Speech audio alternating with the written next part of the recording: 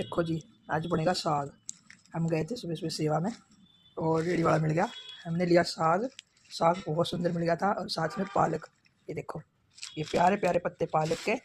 और ये है देसी सरसों का साग। देसी सरसों जो तोरिया होता है। ये देखिए, तोरिया की निशानी पता क्या होती है? इसमें कांटे नहीं होते। जो तोरिया होता है इसमें कांटे नहीं होते। जो सरसों का साग होता है, राई भी बोलते हैं, उसमें ऐसे कांटे होते हैं। देखो, आपको इस पत्ते में और इस पत्ते में फ़र्क नज़र आ रहा होगा। ये देखो, इसमें कांटे होते हैं जी। और ये जो है, ये चिकना पत्ता होता है ऐसे, जैसे तेल से रोटी चौपड़ रखी, जो घी लगा रखा है। ठीक है जी।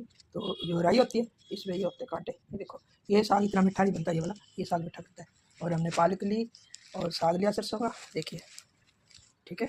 और हमने सुंदर सी ली धनिया की गुच्छी और प्लस हमने ली मूली। तो बना के दिखाते हैं आपको साग कैसे बनाना है। मैंने कैसे तैयार करती हूँ मैं साग।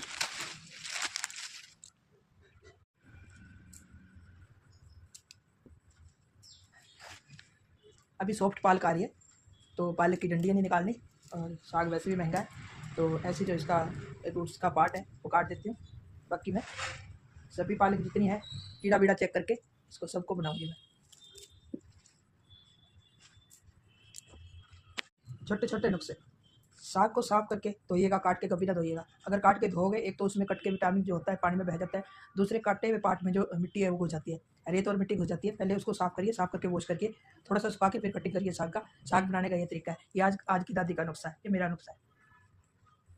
छोटे छोटे नए स्टाइल के दादी के नुस्खे। पुराने टाइम तो फ्रिज नहीं होते थे। कभी भी साग लेके आए, कभी फ्रिज में रखें।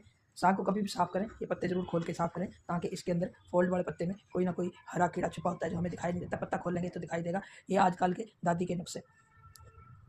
एक खास इन्फॉर्मेशन, अभी ठंड नहीं है ना, तो इसमें कीड़े वगैरह होते हैं। ये जो पत्ता है ना, ये ऐसे करके पत्ता जरूर खोल के देखेगा। कभी कीड़ा होता है तो बड़ा भारी नुकसान उठाना पड़ जाता है। पत्ते को जरूर खोलिए। ये पत्ते बंद होते हैं ना, जैसे जैसे मुड़े हुए होते हैं, उसके अंदर कई छोटे छोटे कीड़े होते हैं, वो जहरीले होते हैं, वो हमारी हेल्थ को नुकसान पहुँचा सकते हैं। तो जब भी आप साग साफ करें, ये साग जो है ज़रूर पत्ते खोल के देखें। और दूसरा, बिना साफ करे साग कभी फ्रिज में नहीं रखना चाहिए। कोई भी कीड़ा पतंगा होता है ना, पूरे फ्रिज में यानी कि जहर फैला सकता है। अगर होता है तो ज़रूर होता है कीड़ा पतंगा।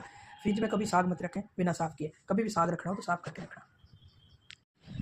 देखो जी, अब हम साग काट रहे हैं। तो साग सवेरे लिया और धोया और सुखाया।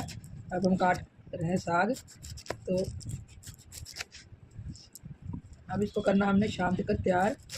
तो ये देखो, ऐसे करके साग काटती हूँ मैं। ऐसे मेरे पास चाकू है, तो दांत भी है, और बैठा नहीं जाता ना पैरों के बाहर, इस करके। हमारी मम्मी कहती थी साग ऐसा होना चाहिए कि कटते कटते आधा साग पक जाए, उसको साग कहते हैं। इतना बारीक, कहने का मतलब कि इतना बारीक होना चाहिए। ये देखिए, मैं आपको दिखाती हूँ।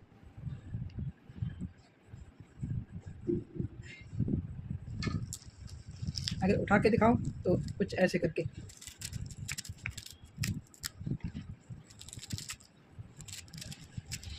बड़ा चाकू है मेरे पास, क्योंकि मेरे से बैठ नहीं होता ना, तो मैं फिर इसी से काटती हूँ। फिर वो गोड्डे के नीचे देना होता है ना, ऐसे दिक्कत होती है। देखिए,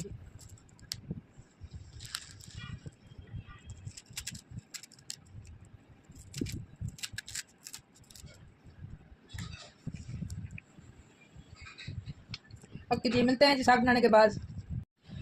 देखो जी, अब हम साग काट रहे हैं। तो साग सवेरे लिया और धोया और सुखाया। अब हम काट रहे हैं साग। तो अब इसको करना हमने शाम तक तैयार। तो ये देखो, ऐसे करके साग काटती हूँ मैं। ऐसे मेरे पास चाकू है, तो दांत भी है, और बैठा नहीं जाता ना पैरों के बाहर, इस करके।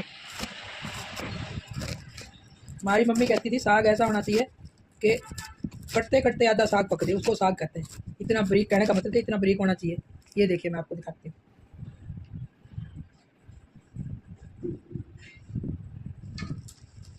अगर उठा के दिखाऊं तो कुछ ऐसे करके।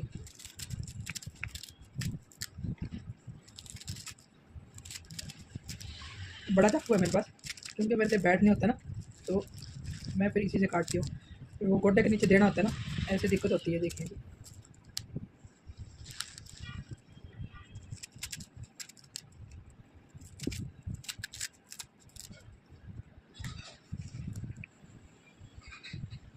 अब जी मिलते हैं जी साग बनाने के बाद।